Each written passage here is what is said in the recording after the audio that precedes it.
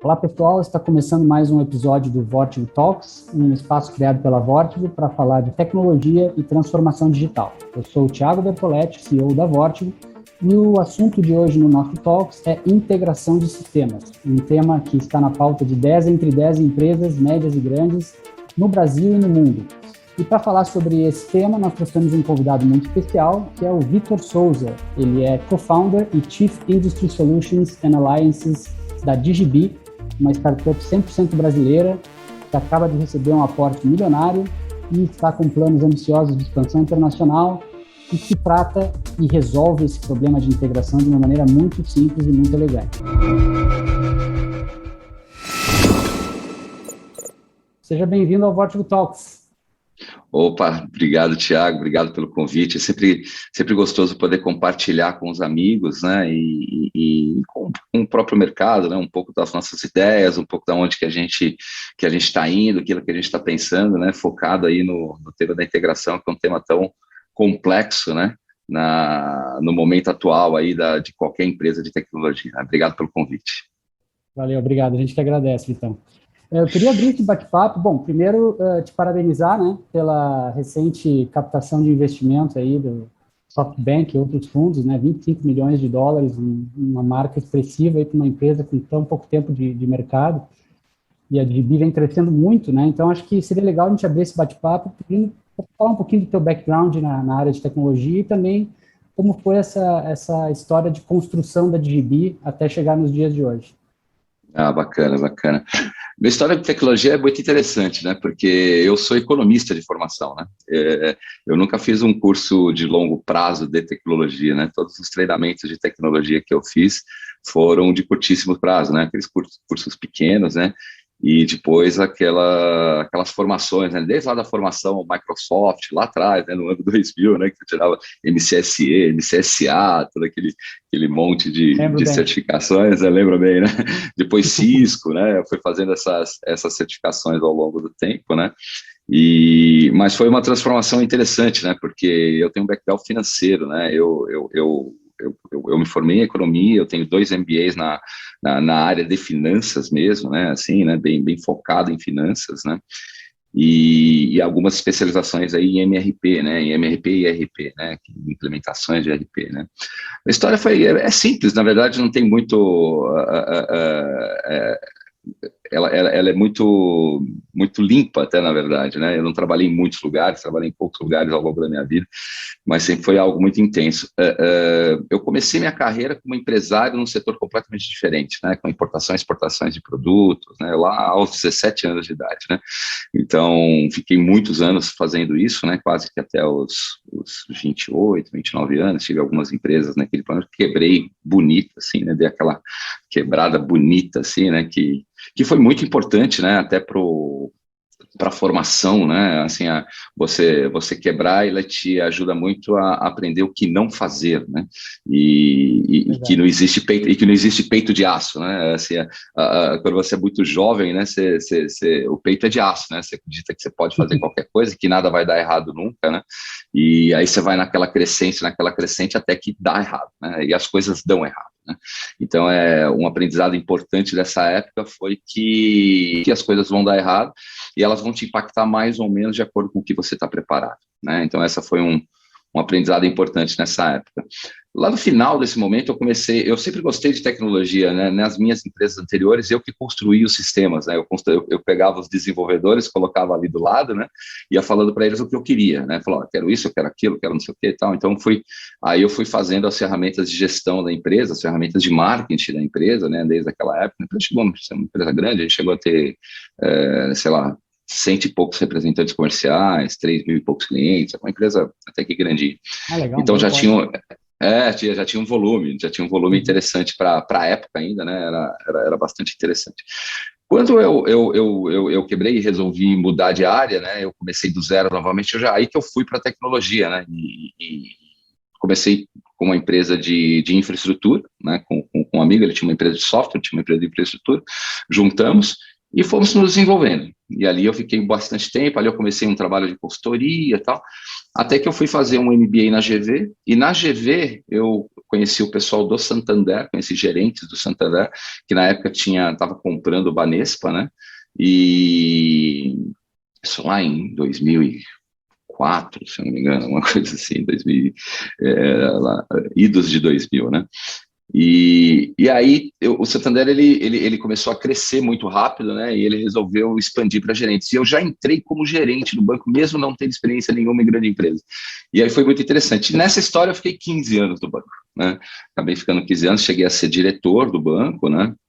E passei por 15 anos, você passa por todas as áreas, né?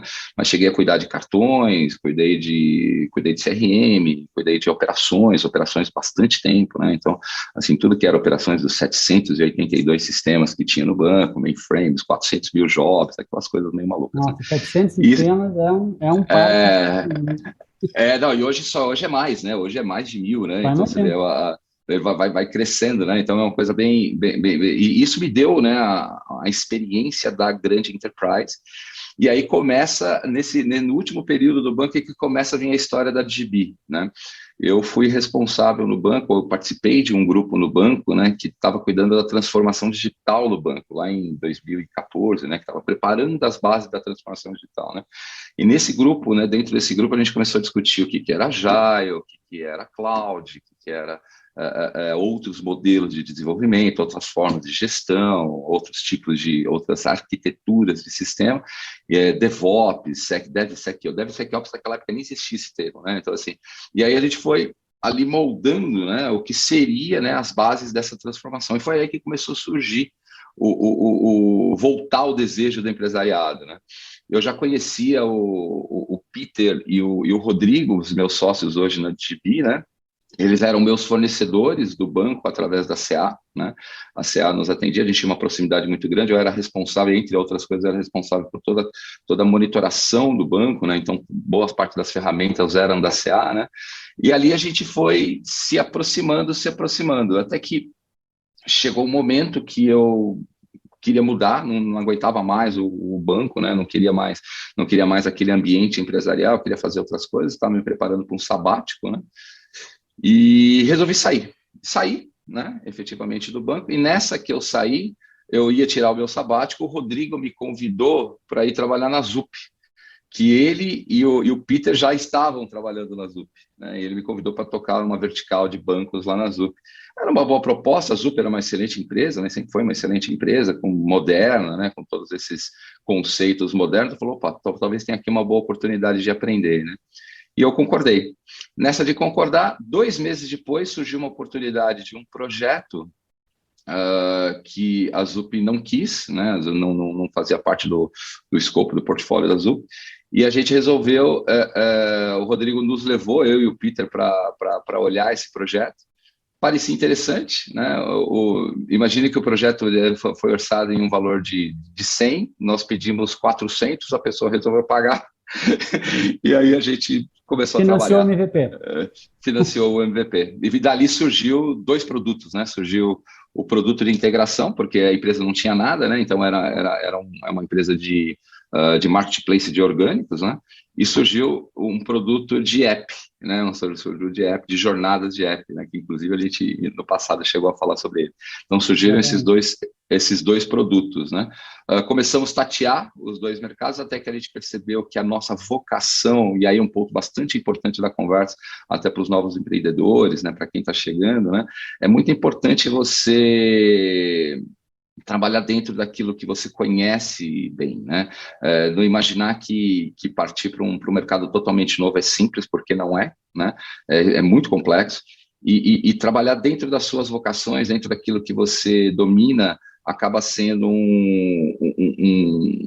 um start um pouco mais simples, né? Então foi aí que a gente começou a realmente olhar para o negócio B2B, né? Para dentro da grande companhia, né? E desenvolver a DB. Foi aí que surgiu. Desculpa me alongar, mas essas histórias são, são um Não, pouco mas longas. é riquíssimo essa experiência, principalmente ele que você cita o trade-off, né? Que a DB nasceu como um produto ponta a ponta, e em um determinado momento vocês disseram, não, nós temos que focar no tema da integração, e a partir daí a empresa ganhou escala, né? Então, realmente, são essas decisões, às vezes, que fazem uma empresa ir adiante ou ficar pelo caminho, né? Então, bem E essa é uma bacana história, essa é uma história de 2 minutos muito legal desse início, isso certamente vai estar no nosso livro um dia, né? Quando é que a gente tomou essa decisão, né? A gente já tinha proximidade em função da Zope ali com o Cubo, né? O Cubo sempre esteve muito próximo da nossa história, né? Assim, até a gente está lá até hoje, não pretendendo sair, a não ser que ele nos mande embora, mas assim, a gente deve continuar lá, né? A gente foi conversar com o Flávio Pripas, né, que foi quem construiu o Cubo. A hora que a gente mostrou para ele o que a gente tinha, né, depois de ele nos deixou falar educadamente, né, depois de uns 10, 15 minutos, falou: olha, pessoal, desculpa, mas eu não enxergo vocês em nenhuma caixinha, assim, vocês estão absolutamente sem foco, né, assim, vocês têm que entender o que vocês querem fazer. Eu não consigo nem dar opinião se isso é bom, se isso é ruim, porque eu não sei, eu não consegui entender aquilo que vocês fazem, né. Então foi um baque, né, assim, eu lembro que o nosso escritório era perto do Cubinho, né, o antigo Cubo antes do atual, né, a gente foi andando assim calados, né, durante uns 5 minutos, assim, bufando, né, falei, pô, como é que ele pode ter falado isso?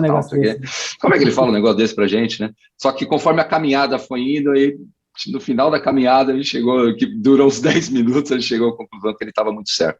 Então, talvez a grande mensagem aqui, viu, Tiago, que assim, também no início, né, a gente tem muita tendência a querer abraçar o mundo, né? E existem oportunidades em todos os lugares existem oportunidades. Agora, saber focar e saber executar aquilo que você está colocando é a peça-chave para o sucesso de qualquer empresa, ainda mais de uma empresa pequena que tem recursos limitados, pessoas limitadas, mercados limitados. Se você não focar, você não sai do lugar. Isso é uma coisa que a gente aprendeu a duras penas. Verdade, baita conselho aí, né? Baita história também para dividir com a gente. Mas então, eu estava recentemente, né, quando teve o anúncio da rodada, eu estava acompanhando as notícias, né, que surgiram nos portais e tudo, e teve uma que me chamou muita atenção, que foi uma matéria da Exame, que citava assim, Digibi, entre aspas, a SAP brasileira, né, acaba de receber um aporte. Isso me chamou a atenção, né, porque a SAP, todo mundo conhece, né, uma empresa enorme, uma multinacional gigante, e você, com tão pouco tempo de vida, ser comparado com a SAP, é um selo de qualidade enorme, né. Eu queria que você contasse, assim, como que a Digibi, em tão pouco tempo, conseguiu chegar nesse estágio que ela está hoje, mirando o mercado internacional e um IPO ali no horizonte. Como que foi essa construção, uma vez que vocês decidiram, bom, é aqui que a gente vai focar, né, integração de sistemas, daí até o estágio atual, como é que foi essa jornada? Legal. Não tem almoço grátis, né, Tiago? A verdade é que isso foi embasado sempre em cima de passos rápidos e largos, né?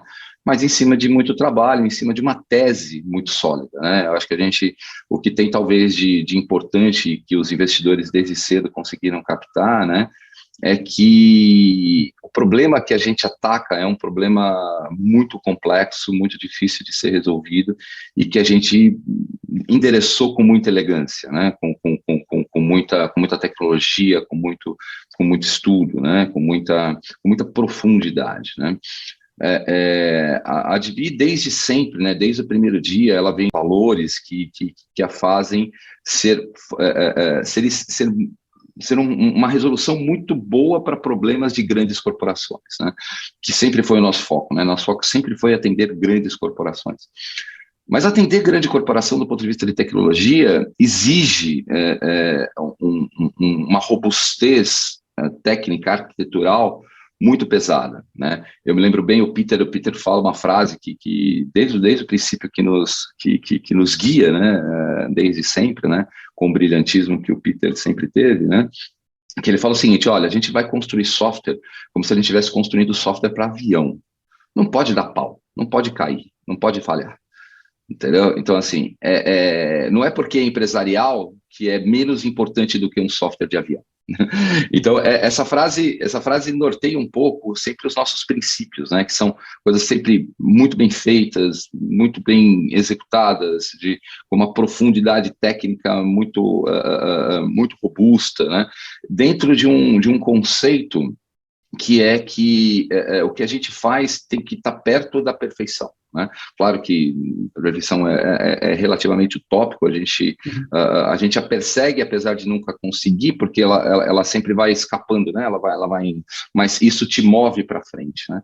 Então, esse princípio, né? Esse princípio da GB nos aproximou de missões críticas das companhias, nos aproximou de softwares como o da B3, por exemplo, né, um dos nossos clientes hoje, que talvez seja, certamente, talvez não, certamente é um ambiente mais nervoso do ponto de vista de tecnologia complexo, no mercado, né? Complexo, que você não pode parar, né? Você tem que ter um negócio ali realmente com respostas rápidas, performance e erro e tal. Ou seja, além da gente buscar fazer a integração de uma maneira correta, bem feita, que muitas empresas fazem, né? A gente busca fazer isso quase de uma maneira perfeita, né? Que não dê erro, que escale, que não pare, que não afete os outros sistemas. Então, esses princípios nortearam a construção da plataforma, e a gente passou a absorver esses princípios e a entregar isso para os nossos clientes de uma maneira bastante estruturada, né? A gente acredita também, que me parece ser um outro pilar, então talvez um dos grandes pilares da DB que a gente colocar hoje é a robustez arquitetural, né, da nossa plataforma, né? Então, Cloud Native, Full Life Cycle, Low Code, são temas que estão conectados com o que a gente chama de moderna arquitetura de integração, né? E que a gente entrega para os nossos clientes como um substrato da nossa plataforma, mas que é fundamental para que ele tenha um ambiente tecnológico mais estável, mais robusto e que lhe permita crescer. Então, esse primeiro momento, né, esse primeiro instante, que a plataforma, desde o primeiro instante, sempre foi construída assim, baseada em Kubernetes, microserviços, enfim, todas as questões técnicas que suportam esse conceito, né? Mas o ponto-chave é que existe um atrito muito forte dentro das companhias, que é a capacidade de adoção de novas tecnologias ou de tecnologias que vão para dentro da companhia, né? As companhias têm um modo operandi que é próprio, né? E que muitas vezes não atende a possibilidade de colocar coisas novas, né? Ela não é flexível o suficiente, ela tem barreiras, ela tem burocracias, ela tem formas de pensar, mindset, ela tem pessoas que estão treinadas para aquilo. E os técnicos, né, de uma maneira geral, o que ele acha que é melhor é o que ele mais conhece, né? É assim que é, todos nós somos assim, né? Isso não é uma crítica, é uma constatação, né? Então, no final da história, a gente construiu um método também que ajuda o cliente a adotar, né, a plataforma. E ao adotar a plataforma, é embarcado uma série de conceitos e de capacidades dentro do ambiente dele que começa a transformar a realidade dele, né? Esse é um pouco do secret sauce, né, que está por trás aí da GB, né? É uma mentalidade de tecnicamente ser muito robusto, mas entender que isso não é suficiente, tem que estar embargado com modelos, né, de trabalho que a gente vem implementando ao longo desses anos. Me parece que aí vai uma boa explicação do que está rolando. Segredo do sucesso, né? Eu até complementaria, Vitão, com além, né, da qualidade do que é entregue, né, e dessa adoção dentro das empresas, eu acho que a velocidade de implementação é um ponto que eu acho que é um diferencial também da GB, né? Eu lembro que eu conhecia a GB em 2018 ou 2019, num evento do Gartner. Quem me fez uma demo do produto foi o Rodrigo lá, ele estava lá em Gartner, lá em Orlando. E lá eu disse, puxa, os caras estão construindo uma coisa especial, né? E a Vortigo tem muita expertise em construção de canais digitais, então eu rapidamente vi ali uma possibilidade de uma sinergia de você poder construir integrações e expor dados para uma aplicação digital, num canal digital, e encurtar esse time to market, né, de construção de aplicações, podendo juntar essas duas partes, e tanto é que nós temos hoje uma parceria em cima né, como implementador da GB. E eu agrego, então, além da qualidade da plataforma, que de fato é muito elegante, resolve esse problema de forma muito, muito bem feita, a velocidade de entrega, e a capilaridade de sistemas, né, e de dados que você consegue conectar através da plataforma. Eu sei que existem mainframes, que você pode extrair dados de mainframes, de sistemas legados, que são difíceis de se pôr dados, né? Então, tudo isso somado, eu acho que, né, além, claro, da qualidade técnica da plataforma, que o Peter é realmente brilhante. Boa, boa, boa. É verdade, eu acho que assim, mas você vê como isso também é uma questão de foco, né, Thiago? Quando a gente definiu que arena a gente ia atacar, né, existia sempre uma dicotomia, né? Porque você tem basicamente três grandes blocos, né, de ferramentas hoje que atacam, né? Você tem um grupo de ferramentas, que é aquela ferramenta If This Then That, né? Um Zapier, um Try.io, são ferramentas que eles chamam que são para o Systems Integration, né? São para o cara que quer fazer uma pequena integração ali, né, que nem a gente costuma brincar, né, assim, o Palmeiras faz gol, acende a luzinha verde aqui na casa, né, então assim, Tem atendido bastante a luzinha aí, então, né? Tem atendido bastante, a luzinha parece uma discoteca hoje em dia, né? Então assim, esse tipo de ferramenta, ela está muito focada para o pequeno negócio, para a pequena necessidade, para o pequeno problema. Você tem um outro bloco de ferramentas que atende a problemas complexos de corporações, mas que são ferramentas legadas, né? E mesmo as mais novas, né? Ainda tem conceitos muito focados em centro em excelência, em desenvolvedores de integração, né? São pessoas que vão deep nas plataformas, aí se coloca aí informática, MuleSoft, SnapLogic e outros players, Delbumi, né? Delbumi acho que tem bastante nessa categoria também. Esses caras, esses tipos de ferramentas estão para problemas mais complexos, né? Problemas da enterprise, mas com conceito que quem opera é o especialista em integração, é o desenvolvedor de integração. Nós resolvemos um caminho diferente, nós fomos por um caminho do meio, né?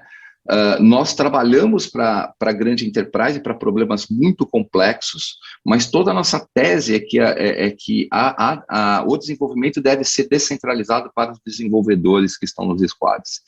Então, assim, é muito mais simples do que esse grupo de ferramentas legadas, voltadas em centro de excelência. É mais complexo do que o If This Then That, mas é algo que é feito para o desenvolvedor, para aquele que está fazendo, que está construindo o API, que está construindo uma API dentro do sistema dele, que ali ele vai pegar a plataforma, em 5 minutos ele vai construir qualquer integração, principalmente ele entendendo, que é uma coisa que a gente coloca muito, né, o que está por trás daquela integração, né? Porque assim, a integração ficou uma disciplina tão complexa que as ferramentas ficaram mais importantes do que o dado, né? Em outras palavras, né? O caldo ficou mais caro que a carne, né? O que me interessa é o que está passando ali, né? O que me interessa é o dado, é o que está entrando e o que está saindo, né? Então, assim, ficou tão complexo, né? Que se gasta muito mais tempo e muito mais dinheiro para manter essas grandes ferramentas de integração, esses grandes parques de integração, né, do que fazer a própria integração, e o conhecimento da integração subiu das empresas, né, ninguém tem mais, ficou restrito a esse pequeno grupo, e que aí sim você ficou refém, né, aí sim você gerou um grande lock-in dentro da companhia, porque você não conhece como o seu dado está trafegando, né, em outras palavras, é como não saber que de um app de consulta de saldo, por onde que ela está indo, aonde que ela está chegando, o que ela está fazendo no sistema, nos sistemas de back-end e como que ela está voltando. Esse conhecimento é fundamental. Qual é esse contrato de entrada, qual é esse contrato de saída, como você está falando, esse conhecimento tem que estar dentro da companhia, esse conhecimento não pode ser da Vortico, não pode ser da DB, esse tem que ser do cliente, o cliente tem que dominar isso. Então, a nossa tese, né, ela está exatamente em cima disso, né? Nós entregamos uma plataforma cada vez mais simples, mais ágil, reutilizável, com padrões embarcados, né, para que os desenvolvedores dos squads possam realmente desenvolver o próprio trabalho dele. E aí você tem um substrato, você tem um ganho, né, que é fundamental. O Gartner nos entrega que via pesquisas, né, aprofundadas, que 50% no mínimo, que em média, esse número varia de acordo com o projeto, mas 50% do tempo e 50% dos custos de um projeto estão intimamente ligados com a integração. E é fácil de imaginar, né? Você vai fazer um app, vocês são desenvolvedores de app, você vai desenvolver o app. O tempo de desenvolver o app, consome o quê? Talvez 30%, 40% do tempo. O resto é conectando com tudo que está por trás. Acertando o tuning, dados, vida, volta, tudo aquilo que está por trás lá, é muito mais conceito, talvez seja até menos, você deve gastar 20%, 30% do projeto desenvolvendo look and feel, telas, não sei o que, tal, o resto você gasta aqui. Então imagine se você tem uma plataforma de integração para esses grupos de trabalho que acelera o tempo dele em 80%.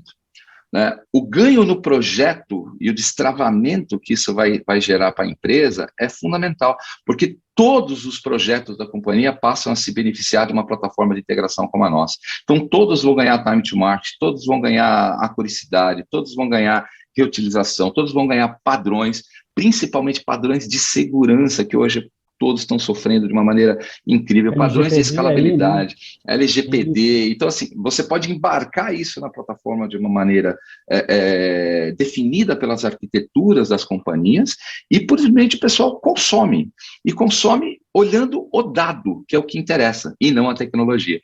Então, a gente entende, tá, Thiago, que isso vai levar a Digibee, aí voltando, você tinha comentado da rodada, né?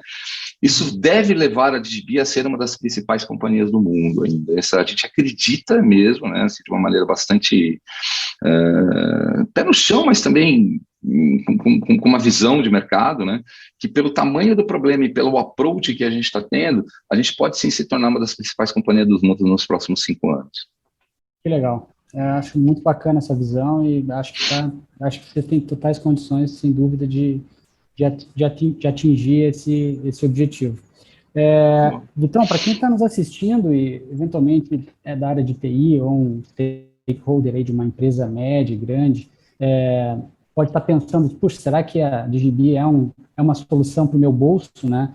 E eu sei que a Digibee hoje tem clientes grandes, né, muito grandes, mas também tem clientes, por exemplo, são startups, são todas gerenciadas através da Digibee. Isso acelera demais, né, a adoção, a implantação de soluções B2B. Então, é uma plataforma que atende desde grandes empresas até startups, né, fazendo parcerias que a Digibee vira o braço de conexão desse produto com o mercado, né.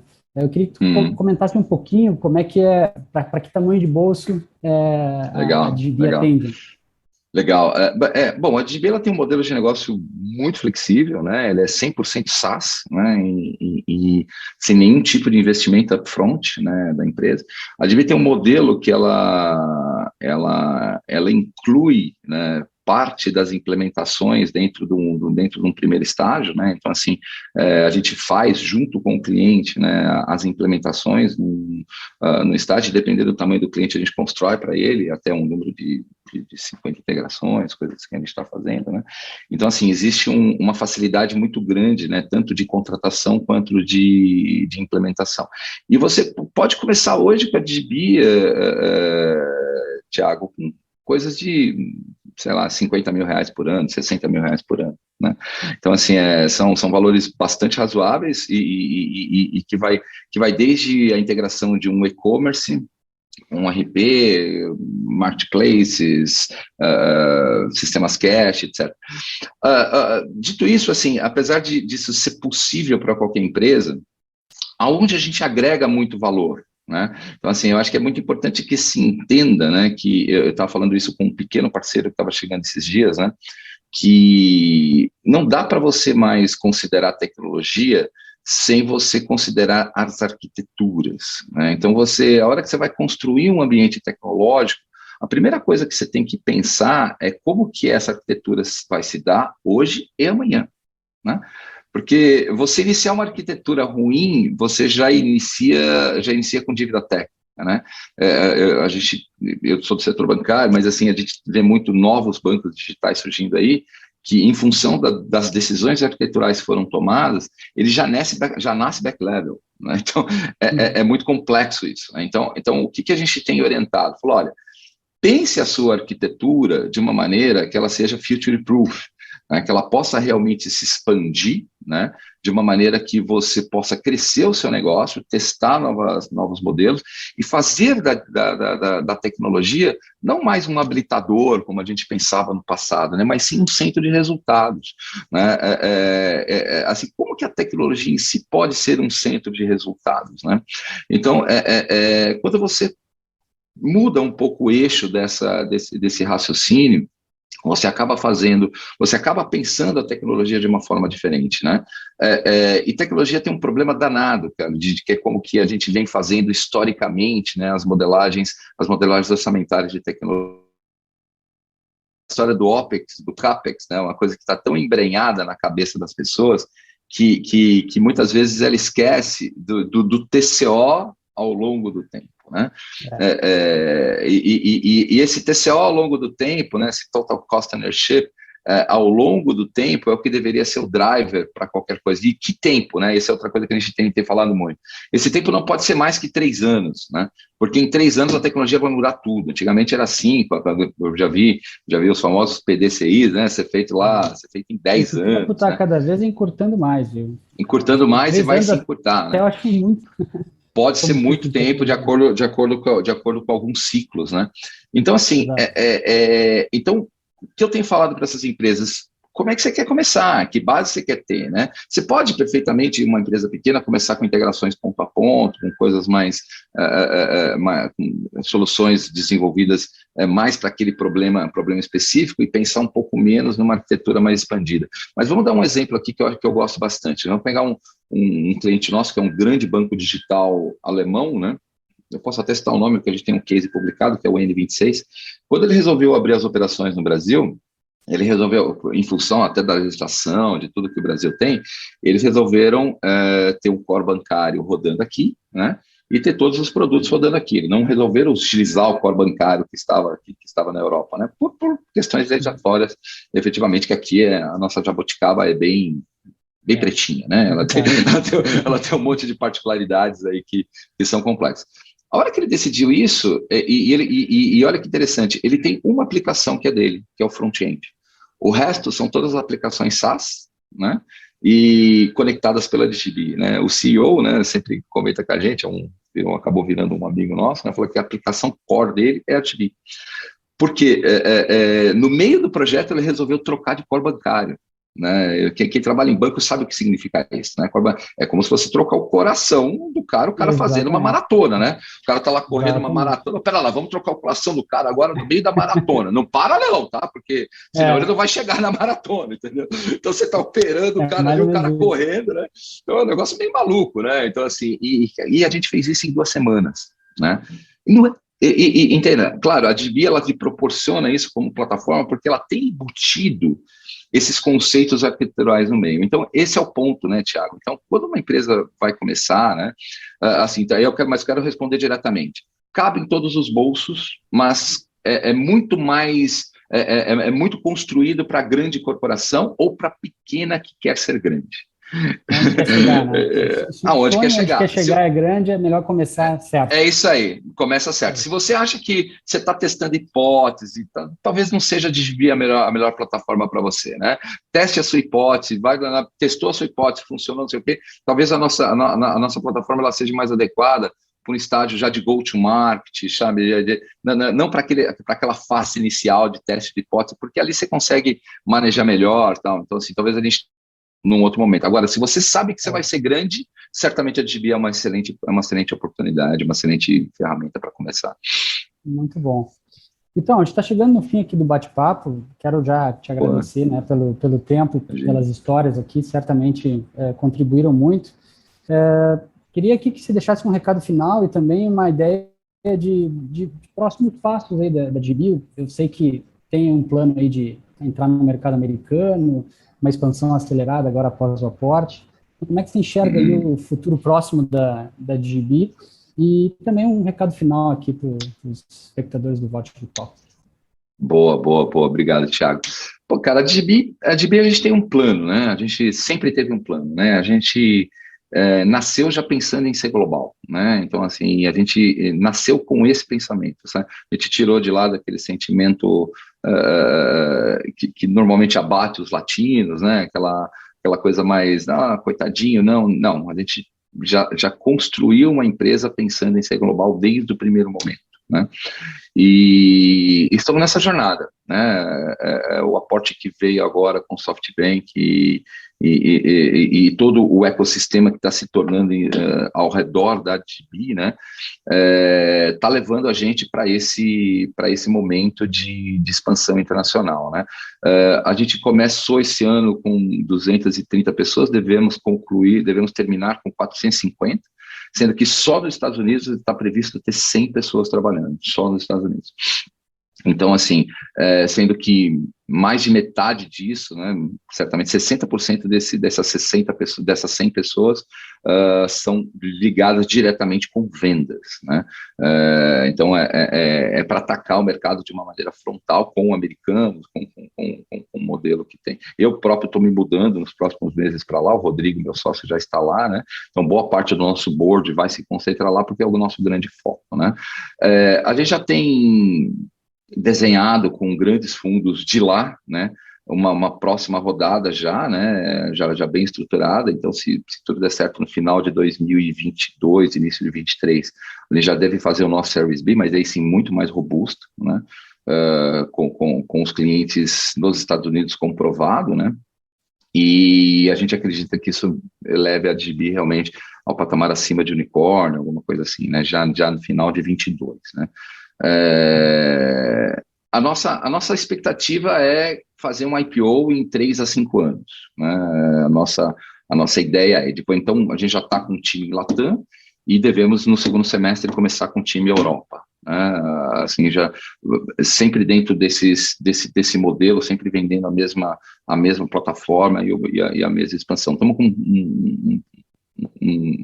um programa também bastante forte de parcerias, né? E nessas parcerias a gente já está muito forte com o Google, com Accenture, com Kyndryl, com IBM. A gente já tem diversos desses logos nos procurando, né? Que é uma coisa bem interessante também, e não se reserva as boas coisas, assim, mas sempre com bastante humildade, trabalhando, entendendo que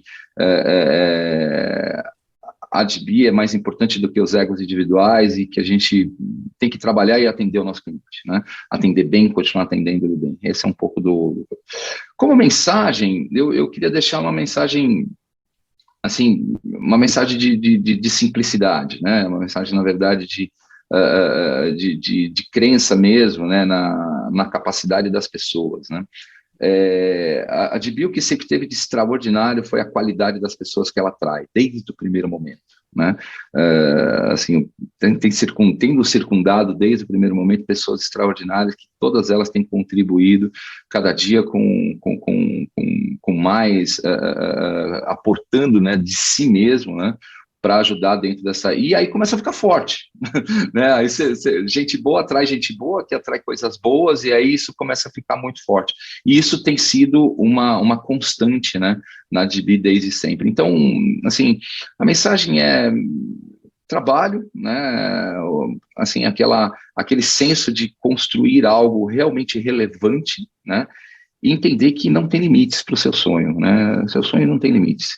Execute-o bem, execute-o com o pé no chão, mas com muita garra, com muita convicção que as coisas acontecem.